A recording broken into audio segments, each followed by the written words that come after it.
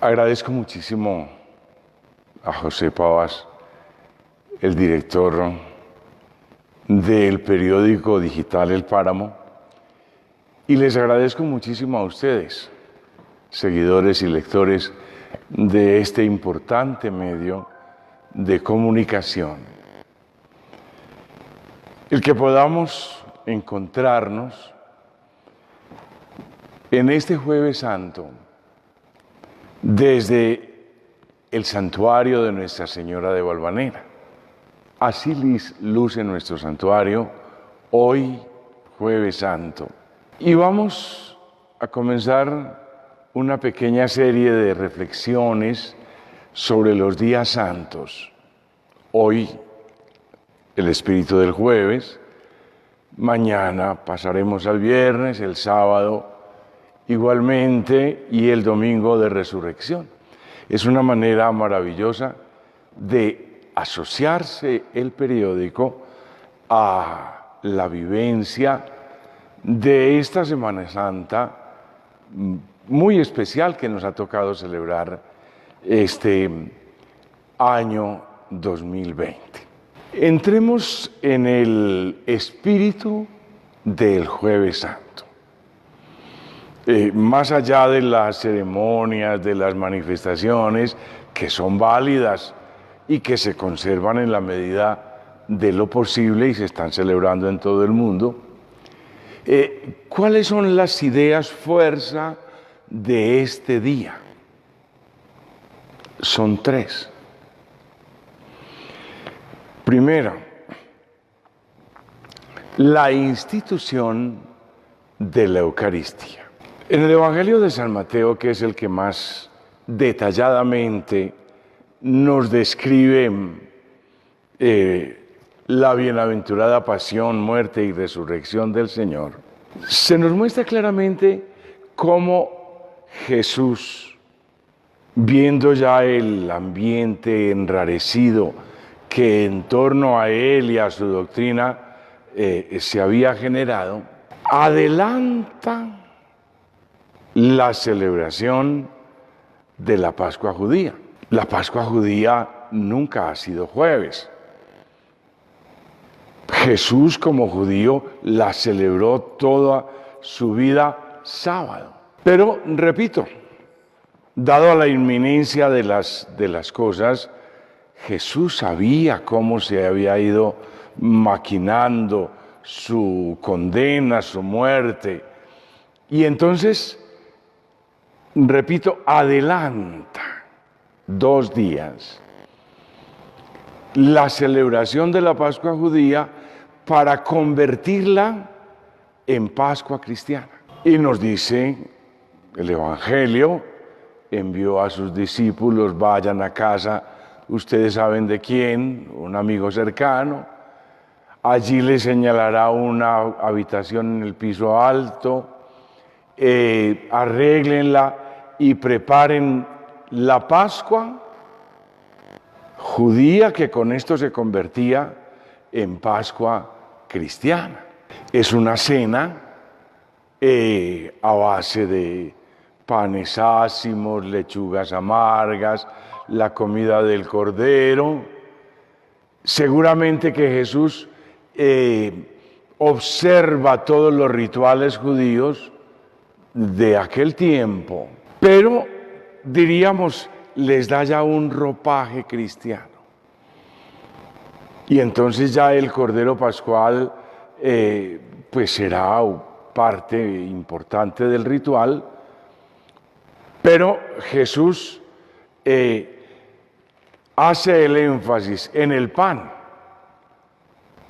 Tomen y coman todos de él, esto es mi cuerpo que se entrega por ustedes.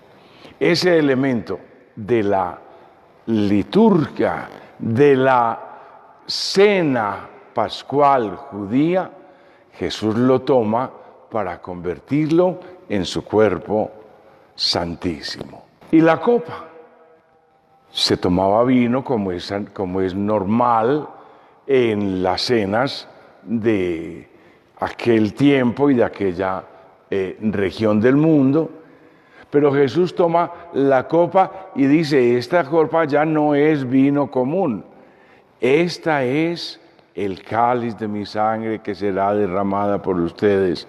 Y casi que Jesús dice, y el cordero soy yo. El cordero, elemento indispensable en la Pascua judía.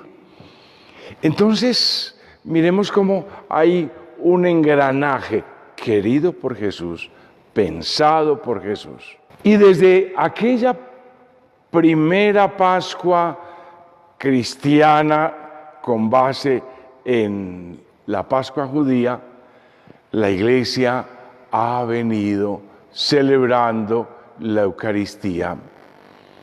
Ya hay noticia desde el siglo I con San Clemente de cómo se reunían los cristianos, los seguidores de Jesús,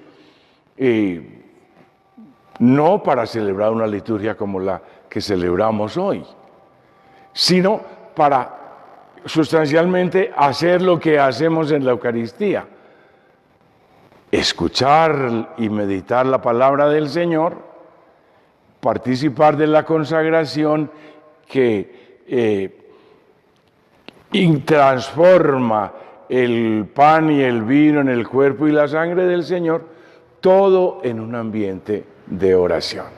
Esa es la Eucaristía. Palabra del Señor, comunión del cuerpo y la sangre del Señor, todo en ambiente de oración, de silencio, de encuentro con Él. La Eucaristía, acaba de recordárnoslo el Concilio Vaticano II, es la máxima expresión, el culmen, el resumen de toda la vida cristiana y a la vez la fuente de la cual se nutre y debe nutrirse toda esa vida espiritual. La Eucaristía, permítanme una comparación, como todas las comparaciones siempre tiene sus defectos, pero sirve para ilustrar. La Eucaristía sería en el campo de la fe lo que es la ópera en el campo de la cultura. Los que hemos tenido alguna vez la oportunidad de asistir a la ópera, es una cosa maravillosa, porque la ópera es un resumen de todas las artes. En la ópera hay música, hay poesía, hay danza, hay teatro, hay arquitectura, hay historia, hay moda, hay drama. Es un compendio de todas las artes. Podemos decir lo mismo de la Eucaristía, con las debidas distancias. La Eucaristía es la máxima expresión. En la Eucaristía hay canto sagrado, hay oración, hay comunión, hay salmos, hay palabra del Señor, hay sentido de iglesia. Todo está allí resumido. Y de la Eucaristía distingue el magisterio de la Iglesia dos momentos mínimo. El momento de la celebración y el momento de la prolongación. Veamos un poco cada uno de estos dos momentos. La celebración, acabamos de decirlo, una estructura que está organizada en dos grandes partes: liturgia de la palabra, liturgia de la Eucaristía, comunidad que se reúne, canto, oración, predicación, saludos, procesiones, pan y vino, agua. Es lo que tenemos nosotros que llamamos la misa. Aunque el término es ya un poco arcaico, la palabra misa, Así lo entendemos nosotros, la celebración. Que como dice el Papa Pío XII en su encíclica Mediator Dei sobre la liturgia, ha de ser plena, consciente, activa, gozosa y fructuosa. Estas 5 palabras del pontífice son extraordinarias. ¿Ve? Plena, consciente, activa, gozosa, fructuosa. Y claro, tendríamos que decir fervorosa, Señor, por sumo pontífice. Todo esto es la celebración, que tenemos que cuidarnos mucho para que no se nos vuelva rutinaria, porque a veces repetimos lo mismo y decimos lo mismo y hacemos lo mismo y se nos vuelve a lo último una pieza insabora que nos dice poco. Por eso hay que mantenerle las características. Y luego de la celebración, viene la prolongación.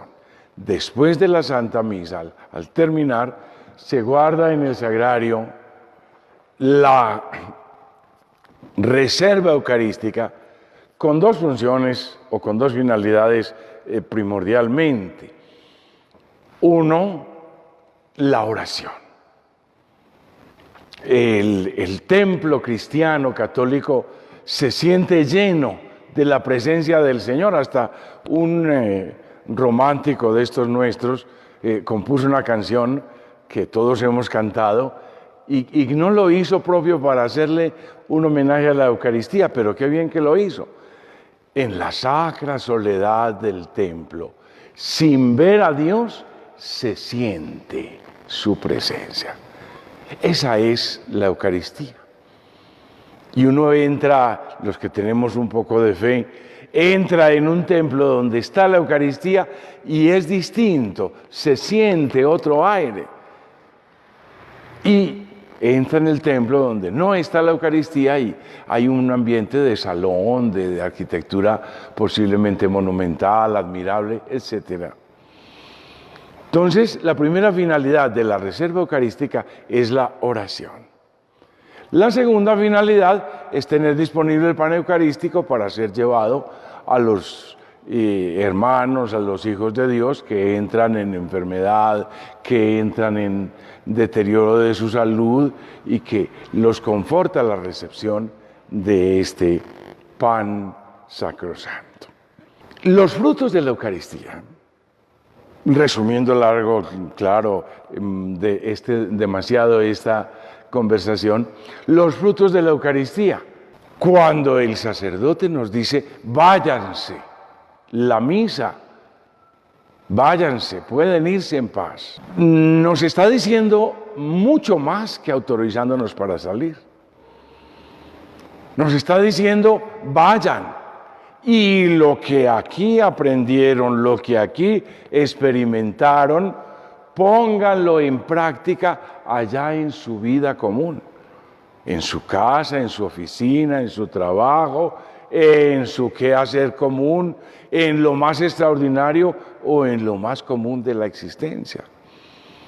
Entonces, la Eucaristía es se convierte entonces ya no en una celebración puntual, sino en una dinámica de vida que nos va a invitar a llevar a la existencia diaria común lo que aquí en la casa del Señor se ha celebrado. Mucho podríamos quedarnos hablando de la Eucaristía, pero naturalmente el formato corto de estos programas así lo exige. Pasemos al segundo de los temas de fondo de la celebración del Jueves Santo, el sacerdocio. Jesús le dice a los apóstoles allí en aquella cena judeo-cristiana de que hablamos ya, les dice, cada vez que ustedes hagan esto, lo harán en memoria mía. como memoria mío. Miren lo que Jesús le está diciendo. No es esta como un ritual que yo me inventé para despedirme de ustedes.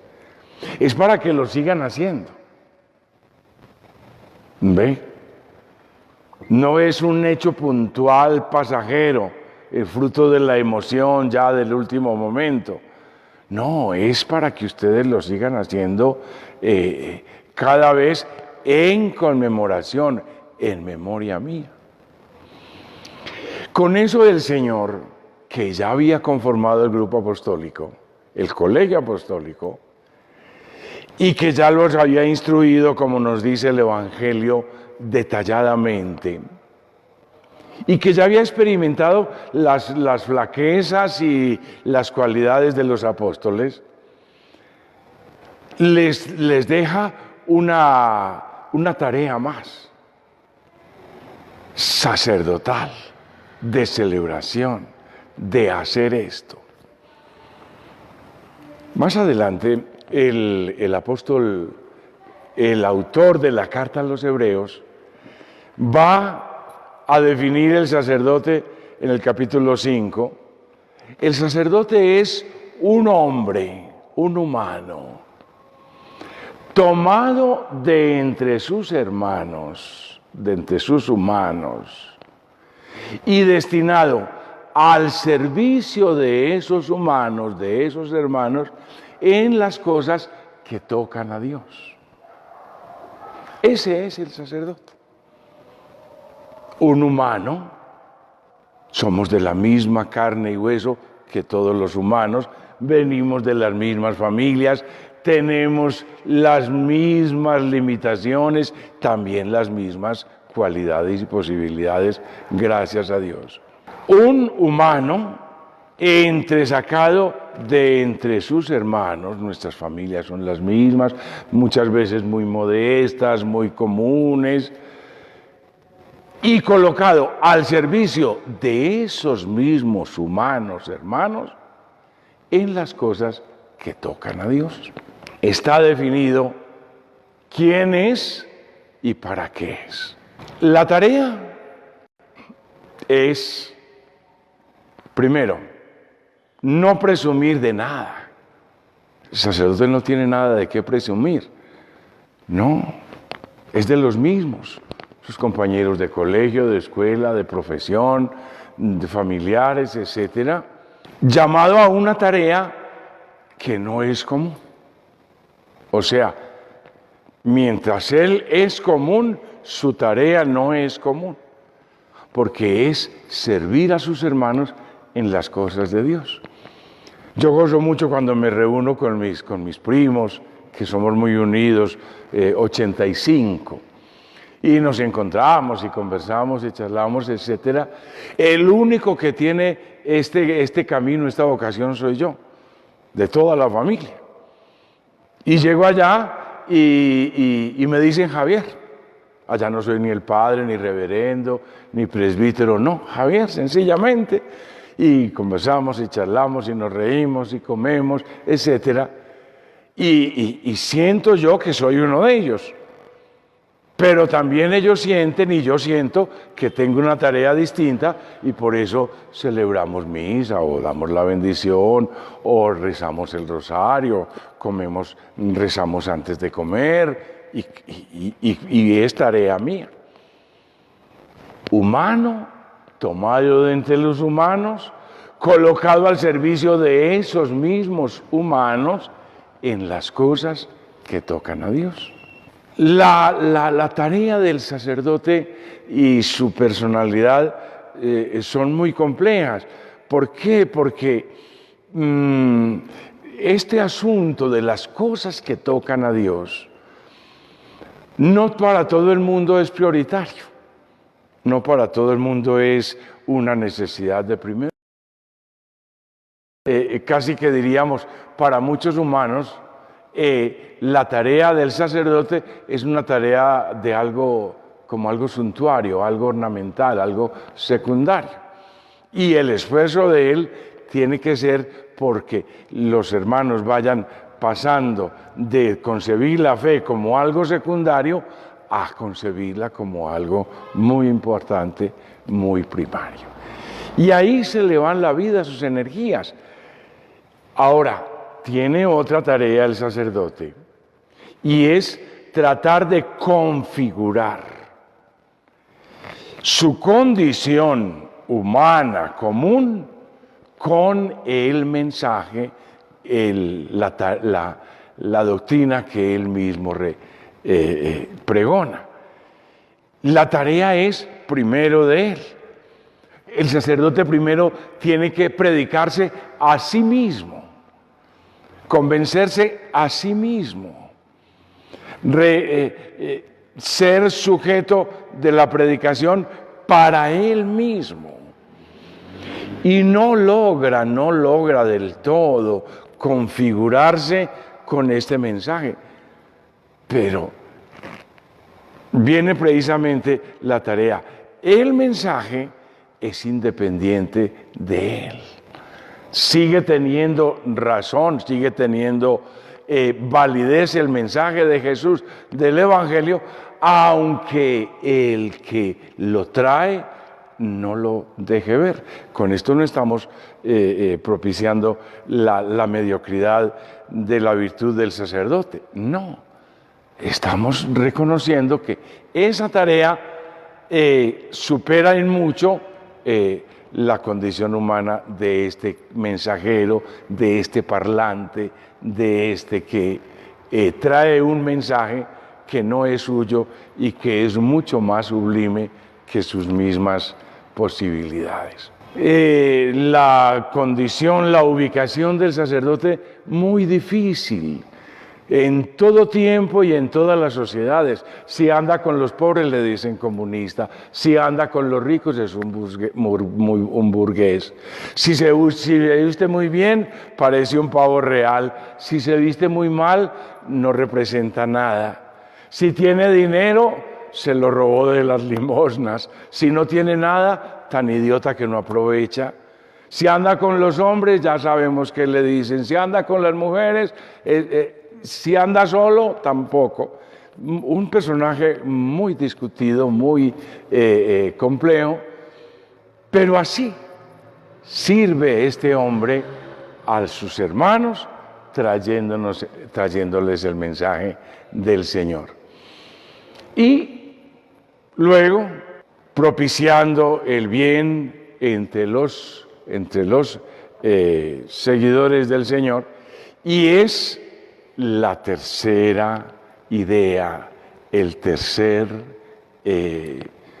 tema de fondo del Jueves Santo. Llevamos dos, la Eucaristía, el sacerdocio, y el tercero es la caridad, la solidaridad.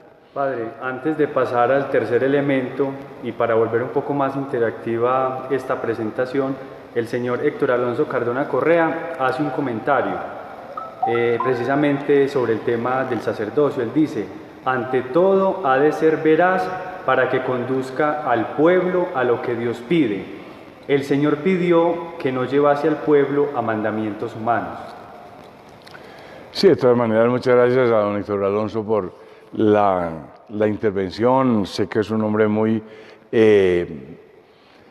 inquieto en estos temas, ¿cierto? El sacerdote ciertamente trae un mensaje divino para unos humanos que no pueden desligarse de su condición humana. ¿Ve? Entonces, retomemos el tema, sigamos con don Héctor Alonso y José. Ese hombre, tomado de entre los hombres, destinado al servicio de los hombres en las cosas que tocan a Dios, está llamado también a ser factor de unidad, factor de caridad, factor de fraternidad. La fraternidad, la caridad, viene también de la misma cena pascual. Jesús nos dice, se quita el manto, se ciñe la toalla, busca el agua, y empieza a lavar los pies a los discípulos. Este era un gesto común en aquel tiempo. La gente no andaba calzada como nosotros, la mayoría a pie limpio, como dicen los antioqueños, otros los más pudientes con unas sandalias, al estilo muy oriental, ¿ve? Entonces, lavar los pies era un gesto común que Jesús también viste de Nuevo Testamento. Y después de la discusión con Pedro, que no quiere que el maestro haga este gesto con él, Jesús les dice: miren lo que acabo de hacer yo con ustedes.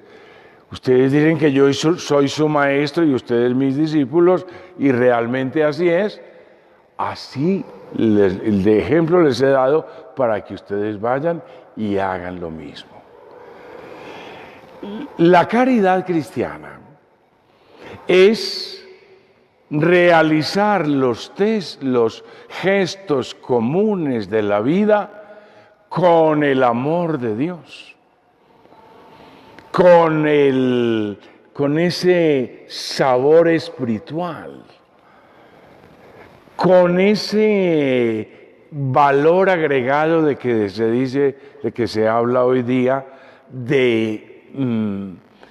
por amor de Dios. Santa Teresita de Jesús dice: recoger una aguja del suelo, limpiar el pavimento, pulir la casa, es un acto de caridad si se hace con amor de Dios, no si se hace únicamente porque hay que hacerlo dijéramos, por destinación humana.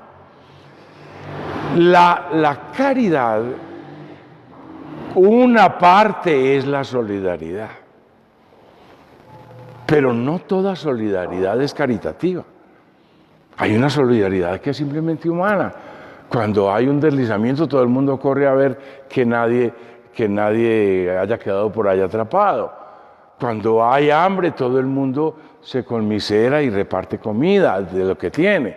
Eso es solidaridad, que es una cualidad muy humana y claro, muy básica, muy necesaria.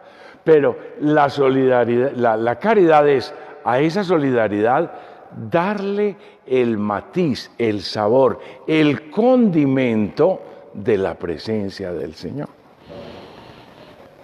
Por eso el Papa Francisco, en esas intervenciones tan espontáneas suyas y tan extraordinarias, dice: la Iglesia no es una ONG. Hay una diferencia muy grande entre una ONG y una entidad caritativa. Y es que la ONG entrega sencillamente por solidaridad humana. La entidad caritativa hace caridad con la presencia y con el Evangelio en la mano y con la gracia y con el amor de Dios. No se logra hacerle todas las obras de caridad a todo el mundo que las necesita. La Iglesia Católica oficialmente y los cristianos católicos, cada uno individualmente, se tienen cantidad de obras de caridad, y hospitales y universidades y dispensarios y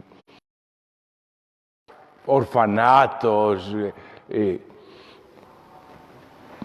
y no se alcanza a cubrir todo lo que se podría o lo que se debería hacer, pero se ejerce hasta donde se puede. ¿Ve? Y viene inmediatamente una inquietud: Padre, y si es obras de caridad, entonces ¿cómo así que cobran y que sí, es que caridad no significa solamente asistencialismo. ¿Ve? El recurso económico se necesita para sostener este edificio. Hay que pagar empleados, hay que pagar impuestos, hay que pagar servicios públicos. ¿Ve? no se hacen las obras de caridad con ánimo de lucro, pero tampoco con ánimo de pérdida. ¿Ve? Entonces habrá que equilibrar extraordinariamente el espíritu de caridad que viene a perfeccionar la solidaridad humana, pero también el uso de los recursos indispensables para que todo este funcionamiento pueda tener vida e ir adelante. Seguramente que podríamos también en este punto irnos demasiado lejos y muy amplio, pero quedémonos solamente con estas ideas. El Jueves Santo recordamos la institución de la Eucaristía, la institución del sacerdocio, la promulgación del mandato antiguo y siempre nuevo de la caridad, que va mucho más allá de la solidaridad y que necesita los soportes humanos. El tiempo se nos ha terminado. Les agradezco muchísimo a los seguidores del programa, don Víctor Alonso, muy amable, y a todos los demás que están ahí, a José, claro, muy amable, al periódico. Esta tarde, en este santuario, dentro de una hora menos, tendremos la Santa Misa a puerta cerrada por la salud de los enfermos. Luego la velación del Santísimo en este altar hasta las 5:30 de la tarde. En ese momento se hará la reserva del Santísimo y se celebrará la misa, la Eucaristía de la Cena del Señor, también a puerta cerrada. Mañana, Viernes Santo, nos encontraremos, Dios mediante, para la reflexión propia del Viernes Santo.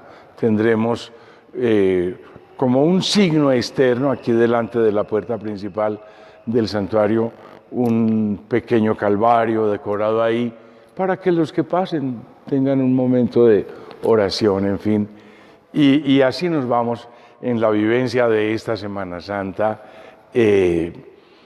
como ya han dicho muchos, fuera del común, atípica, etcétera, pero igualmente que nos acerca y ojalá nos acerque a la gracia y al amor de Dios. Padre, una invitación a los que nos están viendo para que el que tenga hoy pico y placa y pueda pasar por el santuario, que puede observar este altar a través de las ventanas. Muchas gracias, muy amable José. Sí, el que tenga hoy pico y cédula, miren, en la puerta principal del santuario se han incorporado unos registros, unas ventanitas, y están abiertas. Entonces los que pasan por allá, por acá, y quieren visitar el Santísimo Sacramento desde la puerta, podrán hacerlo desde luego. Y los que quieran enviar una donación de 3,000 pesos, 5,000 o 10,000 por una veladora, también pueden hacerlo, enviarlo, y aquí en el santuario encendemos las veladoras en nombre suyo. Es una manera de mostrar el amor y la fe en el Señor sacramentado. Y después, si quieren llevar estas veladoras para sus casas y tenerlas y encenderlas cuidando de los incendios, pues la reclaman y se las llevan. Bien, nos encontramos nuevamente mañana, Dios mediante. Mientras tanto, que el Señor les bendiga y que la Virgen Santa les acompañe, en el nombre del Padre y del Hijo y del Espíritu Santo. Amén.